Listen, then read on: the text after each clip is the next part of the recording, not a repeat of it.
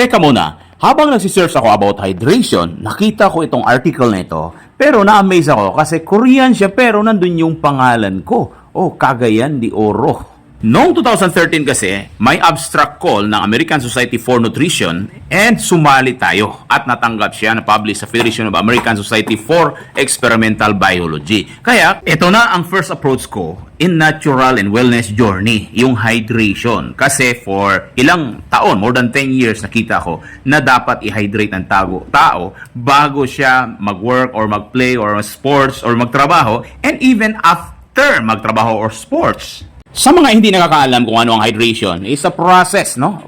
Na kailangan makombine. Hindi lang siya plain water. Sabi ng NIH, coffee, tea na mga low calorie including vegetable juice pwede.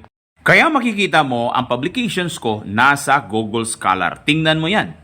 Actually, dalawa ito. Merong Laos Theory of Nutritional Sedimentation. Pero sa Amerika kasi, pwedeng walang middle name. Kaya yung isa, walang middle name, ito po yung Hydrational Medicine. At dito na-explain at nakita ko na ang taong gumagamit talaga ng vegetable juice, tea, coffee, makatutulong siya sa kanilang activity.